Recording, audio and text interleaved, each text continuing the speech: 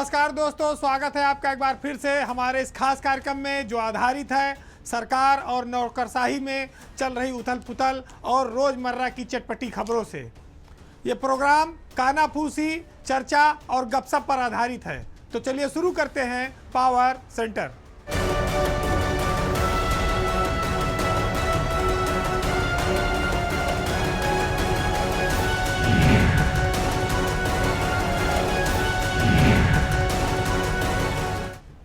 आज सबसे पहले बात मौज मार रहे मस्तराम अफसरों की। सीनियर लेवल पर उत्तर प्रदेश में कुछ अफसर बहुत अच्छे से सरकार के निकट हैं, अच्छे विभागों के चार्ज पर हैं और उन्हीं के साथ कई सारे जूनियर, कई सारे सीनियर, प्रमुख सचिव और एसीएस लेवल के अफसर वो किनारे लगे हुए हैं। आज हम आपको बताएंगे कि सरकार के कई सारे विभागों में अफसर एक से अधिक विभागों का चार्ज लिए बैठे हैं।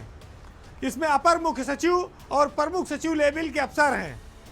हालांकि ये शासन के अधिकार में है, लेकिन जब अफसरों की कोई कमी ना हो तो एक साथ कई चार्ज वाले अफसरों को रखना ये दर्शाता है कि सरकार की अपनी पसंद है और वो अपनी पसंद के हिसाब से कुछ अफसरों को 2 विभाग, 3 विभाग, 4 विभाग देती है और कुछ अफसरों को किनारे डाल देती है, 5-5, 6-6 साल एक ही विभाग में रखती है।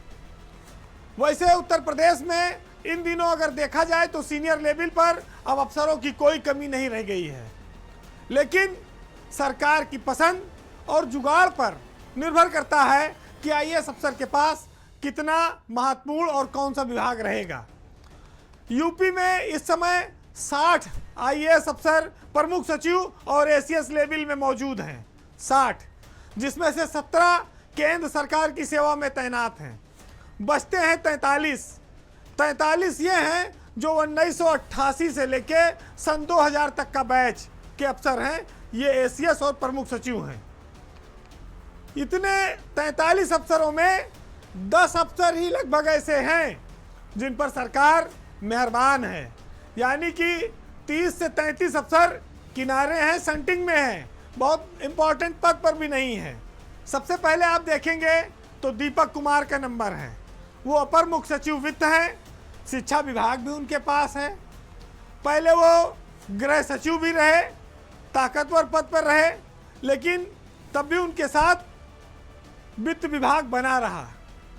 सरकार ने उनको वापस वित्त विभाग में भेजा और फिर शिक्षा के सारे विभाग उनको दे दिए।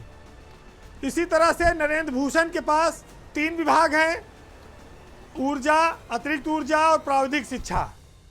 आलोक कुमार जो इस समय उत्तर प्रदेश में प्रमुख सचिव औद्योगिक विकास हैं, उनके पास एमएसएमई जैसे भी, यानी कि उद्योग का सारा काम, लघु उद्योग, मध्यम उद्योग और हैवी उद्योग, ये सब आलोक कुमार के पास है। बीना कुमारी मीना सरकार की गुडबुक की अफसर हैं बहुत, उनके पास भी कई विभाग हैं, आबकारी, गन्ना, चीनी और कई सारी चीज़ें। पार्थसारथी सेन शर्मा, उनके पास स्वास्थ्य का पूरा महकमा है, यानी कि स्वास्थ्य विभाग में एक तो हेल्थ डिपार्टमेंट है, दूसरा है मेडिकल एजुकेशन, चिकित्सा शिक्षा, वो भी उन्हीं के पास है। एम देवराज इस समय सरकार में बड़े महत्वपूर्ण अफसर हैं, उत्तर प्रदेश में प्रमुख सचिव नियुक्ति हैं, उनके पास सेलटेक्स जैसा महत्वपूर्ण विभाग भी है। अनिल कुमार हाल ही में प्रमुख सचिव बने हैं, लेकिन उनके पास विभागों की भरमार रहती है। अनिल कुमार पहले खनन भी उनके पास था, वो हट गया, अभी उनके पास वन, पर्यावरण और पंचायती राज जैसे बड़े बड़े महकमे हैं। गुरु प्रसाद, उनके पास कई विभागों का चार्ज है, आवास, राजस्व, ये सब विभाग उनके पास हैं। अमित गुप्ता अभी थोड़े दिन पहले कानपुर के कमिश्नर थे, प्रमुख सचिव बने, उनको स्टाम्प रजिस्ट्रेशन विभाग दिया गया था। पिछले दिनों परिवर्तन हुआ, उसमें उनको एक विभाग और जोड़ दिया गया, परिवहन विभाग। ऐसे कई सारे अफसर हैं जो लंबे समय से किनारे हैं, कहने को उनके पास विभाग है लेकिन वो महत्वहीन हैं। जो नए नए प्रमुख सचिव बने या सरकार की गुडबुक के अफसर हैं, उनको एक साथ कई सारे विभाग दिए गए हैं। सीनियरिटी और जूनियरिटी का आप कोई देखिए मतलब बहुत रहा नहीं। जो हमको और पसंद है वही अफसर ठीक है। जितेंद्र कुमार एक ऐसे अफसर हैं जो पिछले 6 सालों से भाषा विभाग में तैनात हैं। अब वो एकदम रिटायरमेंट के कगार पर हैं, जुलाई में उनका रिटायरमेंट हो जाएगा। सुधीर बोबड़े करीब 3 साल राजस्व परिषद में रहे, फिर थोड़े दिन के लिए उच्च शिक्षा में आए थे और फिर करीब 2.5 साल से राज्यपाल के यहाँ एसीएस के रूप में तैनात हैं। उनका भी रिटायरमेंट जितेंद्र कुमार के बाद इसी साल हो जाएगा। एक निराशाजनक माहौल में ये लोग जा रहे हैं। राजेश कुमार सिंह एक टाइम में सरकार के बड़े महत्वपूर्ण अफसर हुए। राजेश सिंह, उनके पास कारागार रहा, उनके पास कई सारे विभाग कोऑपरेटिव रहे, सब रहे, लेकिन अचानक से एक मामले में हटे। आज राजेश सिंह को होमगार्ड जैसे महत्वहीन विभाग में सरकार ने डाल दिया है। ये एक तरह का ऐसा मौसम है कि इसमें कभी भी पतझड़ आ जाता है और कभी कभी किसी के जीवन में अचानक से बसंत भी आ जाता है। अब बात उत्तर प्रदेश में हुए एक महत्वपूर्ण सम्मान समारोह की कि हमारे यहाँ की जो ब्यूरोक्रेसी है वो बहुत बड़ी है। अफसरों की इच्छा भी काफ़ी बड़ी बड़ी रहती है। उनकी चाहत होती है कि उनको हरदम अच्छी पोस्टिंग मिले, मलाईदार पोस्टिंग मिले, और जब सरकार उनको मलाईदार पोस्टिंग देती है, महत्वपूर्ण विभाग देती है, जिम्मेदारी देती है, तो कई बार कई सारे अफसर फेल हो जाते हैं या वो नाम कमाने के बजाय विभाग की सुविधाओं में डूब जाते हैं। आज उत्तर प्रदेश में सैकड़ों अफसरों की भीड़ है। इस भीड़ में कुछ ऐसे लोग हैं जिन्होंने अलग रास्ता बनाया है, एक नई लकीर खींची है। आज हम उनके नाम पर चर्चा करेंगे। जो नया रास्ता बनाते हैं वो राष्ट्रीय स्तर पर उत्तर प्रदेश का नाम रोशन करते हैं। यूपी के 3 अफसरों को प्रधानमंत्री के हाथों अवार्ड मिला है, सम्मान मिला है। उसमें अनुराग श्रीवास्तव जो अपर मुख्य सचिव हैं जल जीवन मिशन के, उन्होंने यूपी की साख को बहुत बढ़ाया है। प्रधानमंत्री का अवार्ड कोई मामूली बात नहीं है। 1990 बैच के आईएएस अफसर हैं अनुराग श्रीवास्तव। नमामि गंगे के वो पिछले 6-7 सालों से अपर मुख्य सचिव हैं। उन्होंने यूपी जैसे स्टेट में एक अभिनव प्रयोग किया है। प्रधानमंत्री नरेंद्र मोदी ने उन्हें देश के बेस्ट अफसरों में सम्मान दिया है। ये सम्मान देश के किसी भी अफसर के लिए बहुत बड़ा है, ये एक गौरव का क्षण होता है।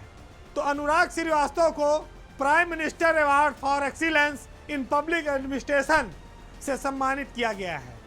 यह अवार्ड उन्हें जल जीवन मिशन के तहत सबसे अधिक सोलर परियोजनाओं के संचालन के लिए दिया गया है। सोलर प्लांट को बढ़ावा देने के इस अभिनव प्रयोग के लिए अनुराग श्रीवास्तव की पूरे देश में चर्चा हुई है। वो इस समय राष्ट्रीय फलक पर आए हैं। यूपी में 33,157 प्रोजेक्ट ऐसे हैं जल जीवन मिशन के जिनमें सोलर एनर्जी का उपयोग हो रहा है। प्रधानमंत्री के स्तर पर यह पुरस्कार अभी तक देखा जाए तो जिलाधिकारियों को मिलता रहा है। ये पहला ऐसा मौका है जब अपर मुख्य सचिव अनुराग श्रीवास्तव को ये पुरस्कार दिया गया है। तो ये सीनियर लेवल के अफसरों के काम को भी रिकॉग्नाइज किया गया है।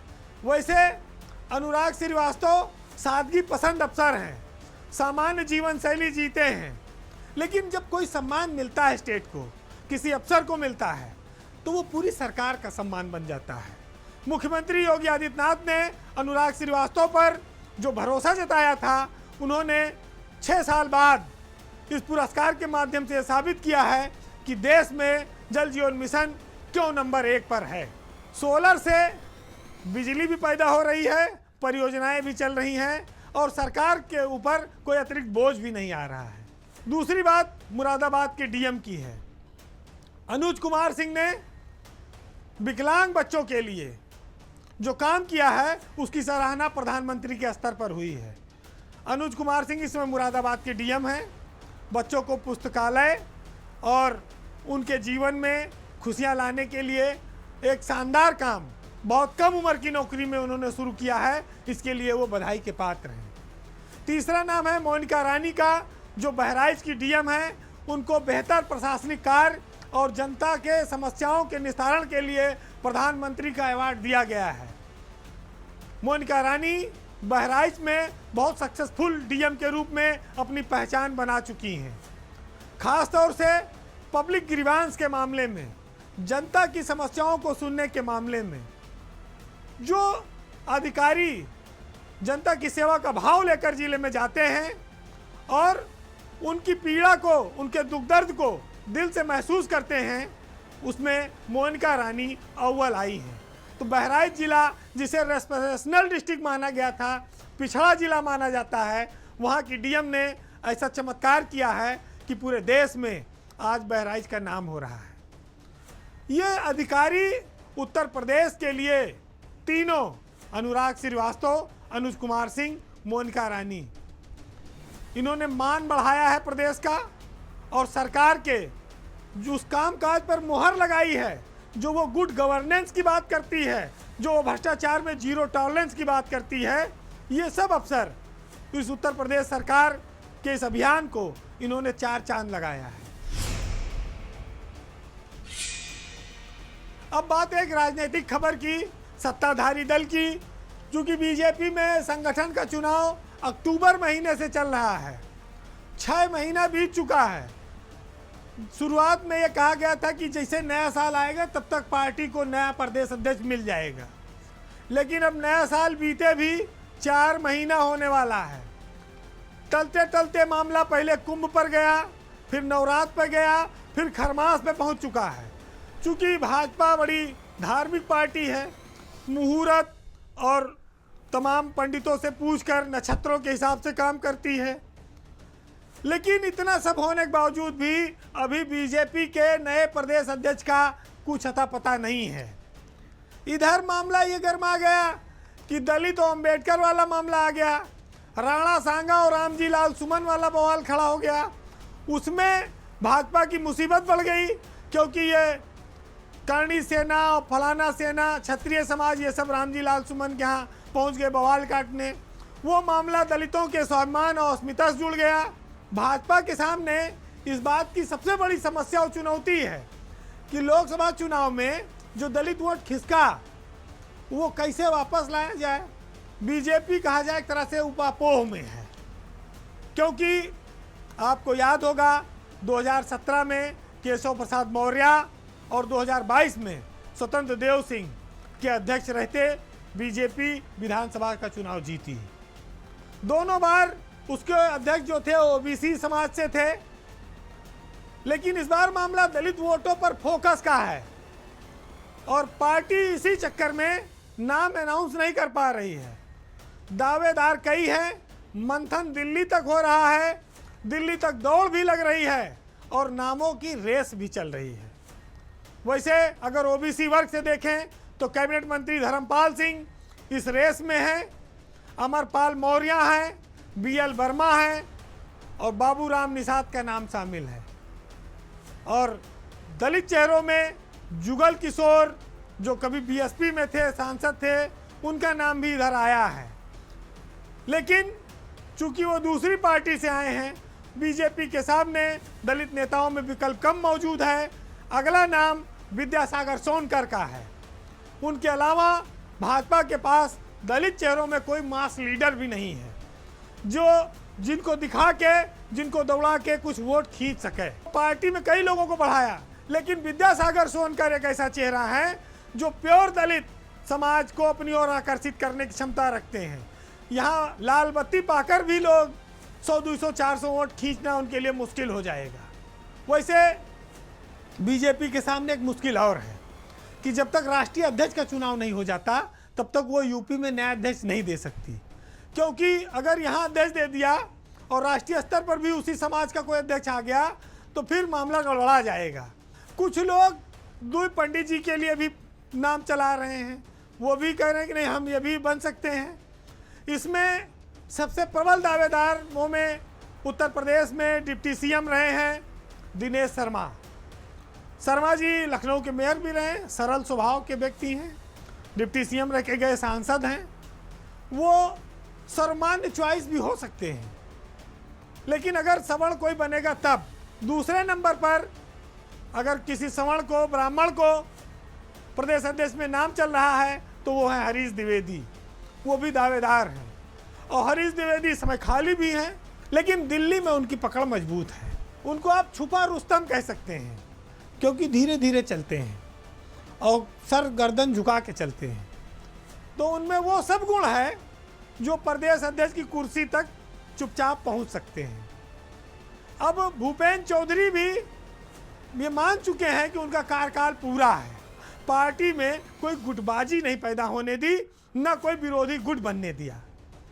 तो वो एक प्योर लीडर के तौर पर हैं जो अपने विरोधियों को भी सम्मान देना जानते हैं, और शायद भाजपा की यही खासियत रही है, यही नेता उनकी ताकत भी रहे हैं, जिनकी वजह से पार्टी में हर वर्ग में उसकी स्वीकार्यता रोज बढ़ी है। अब फिर एक ब्यूरोक्रेसी की बड़ी महत्वपूर्ण खबर, एक विश्लेषण, एक मीमांसा और सरकार की निर्दयी कार्रवाई। उत्तर प्रदेश में पिछले दिनों 33 आईएएस अफसरों के तबादले हुए। इन तबादलों में हमने 6 नाम ऐसे खोजे हैं जिन पर आज चर्चा होनी बड़ी आवश्यक है। आवश्यक इसलिए है कि किसी को सीधे पीएमओ का आशीर्वाद हासिल है, किसी को सीधे सीएमओ का आशीर्वाद हासिल था, लेकिन कहते हैं ना कि भाई जब वक्त आ जाए सबको जाना पड़ता है। आज 2 नाम तो ऐसे हैं कि जो 5-5, 6-6 साल से थे और अचानक से परिवर्तन हुआ, तो सवेरे जब लोग सोकर उठे तो देखे कि ये क्या हो गया। उत्तर प्रदेश में बनारस प्रधानमंत्री का संसदीय क्षेत्र है। कौशल राज शर्मा प्रधानमंत्री के संसदीय क्षेत्र में लंबे समय तक डीएम रहे और वहीं पर फिर उनको कमिश्नर बनाया गया। एक बार उनका तबादला हुआ था, लेकिन फिर वो तबादला रद्द करके उनको दोबारा से मंडलायुक्त बनारस का बनाया गया। अब वो मुख्यमंत्री के सचिव बनकर आए हैं। प्रधानमंत्री के संसदीय क्षेत्र में सीधे हॉटलाइन पे संपर्क रखने वाले अफसर कौशल राज शर्मा अब उनके तार सीएमओ से भी सीधे भिड़ गए हैं, मुख्यमंत्री कार्यालय से। बहुत साफ है कि अब वो सीएम कार्यालय में बैठकर प्रधानमंत्री की योजनाओं को भी सीधी मॉनिटरिंग करेंगे, उन्हें गति प्रदान करेंगे, और खास तो वो है ही हैं, ये दुनिया जान चुकी है। दूसरा सबसे बड़ा तबादला शिशिर सिंह का है। शिशिर सिंह की जगह विशाल सिंह को रातों रात उत्तर प्रदेश का नया सूचना निदेशक बनाया गया। विशाल सिंह भदोही में डीएम थे, लेकिन शिशिर मुख्यमंत्री योगी आदित्यनाथ के काफी विश्वास पात्र अफसरों में रहे हैं। वो हमेशा विवादों से दूर रहे। उन्होंने सबसे लंबे समय तक इस पद पर 6 साल से ज़्यादा रहकर एक रिकॉर्ड बनाया है, जिसे अब भविष्य में शायद कोई तोड़ नहीं पाएगा। लेकिन उनके तबादले ने सबको बहुत चौंकाया है, क्योंकि जिस आदमी ने सरकार की छवि बनाने में, चमकाने में, चाहे योगी पार्ट 1 रहा हो, चाहे योगी पार्ट 2 रहा हो, मीडिया से तालमेल बनाने में उनका कोई सानी नहीं था, कोई मुकाबला नहीं था। वो हमेशा बेहतरीन अफसर साबित हुए। राज्य सेवा के अफसरों में शायद इतनी प्रतिभा बहुत लंबे समय बाद किसी अफसर को मिली होगी। सरकार की सेवा करने का जो आखिरी फल था वो उन्हें थोड़ा खट्टा मिला है, लेकिन वो आज भी योगी के स्वामी भक्त अफसर के तौर पर जाने गए हैं। लेकिन कहते हैं कि तेरे कूचे से अचानक यूँ रुखसत होना अच्छा नहीं लगा। आधी रात में चुपचाप बिना बताए इतने खास अफसर को हटा देना, ये लोगों को खटक रहा है। लोग इस सवाल का जवाब ढूंढ रहे हैं कि आखिर शिशिर सिंह को अचानक से क्यों हटा दिया गया। हटाना था तो दिन के उजाले में भी हटा सकते थे, बुला के भी बता सकते थे कि मुख्यमंत्री के कार्यालय में मुख्यमंत्री के इतने भरोसेमंद रहने पर किसी अफसर को कोई पनिशमेंट पोस्टिंग नहीं दी जाती है। वो सीधे जिले में डीएम बन सकते थे, लेकिन उनको जो खादी ग्राम उद्योग में सीईओ बनाया गया है और एमएसएमई का विशेष सचिव बनाया गया है, वो सरकार की प्रसन्नता को नहीं जताता है, नाराजगी को भी नहीं जताता। वो बीच वाला मामला दिखाता है कि चलो अभी कुछ दिन के लिए इधर कर देते हैं, थोड़ा शांति रहे, फिर अभी तो नौकरी है 27 तक, फिर आगे देखेंगे।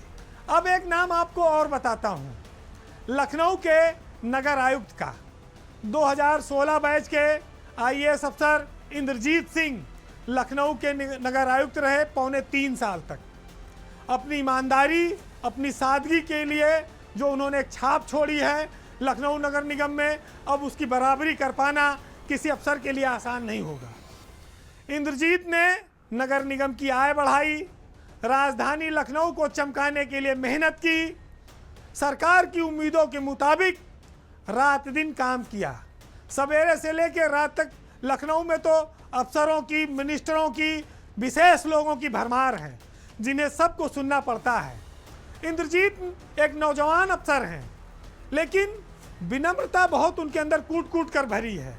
ये उत्तर प्रदेश में ऐसे अफसरों का होना बहुत सौभाग्य की बात है, जो एक कपड़े में, जो बिना किसी सुविधा के, बिना किसी की चाय पिए इतने बड़े नगर निगम को 3.25 साल तक बेदाग रहकर उन्होंने चलाया है।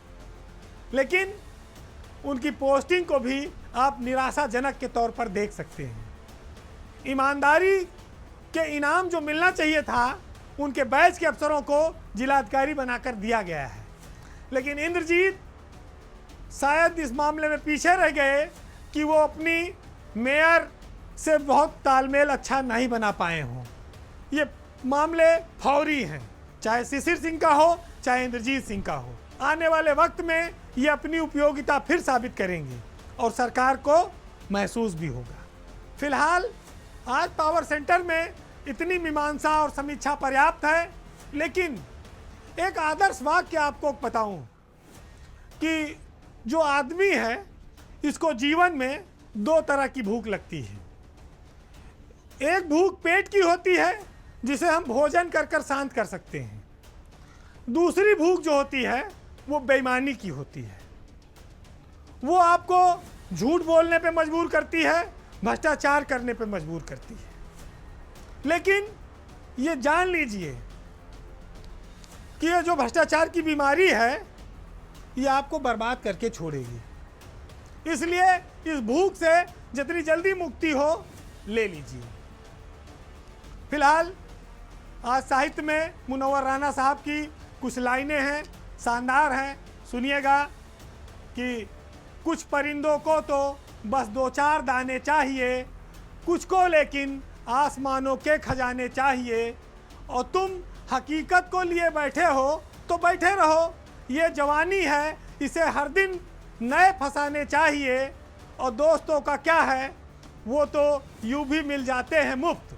रोज एक सच बोलकर दुश्मन कमाने चाहिए। नमस्कार।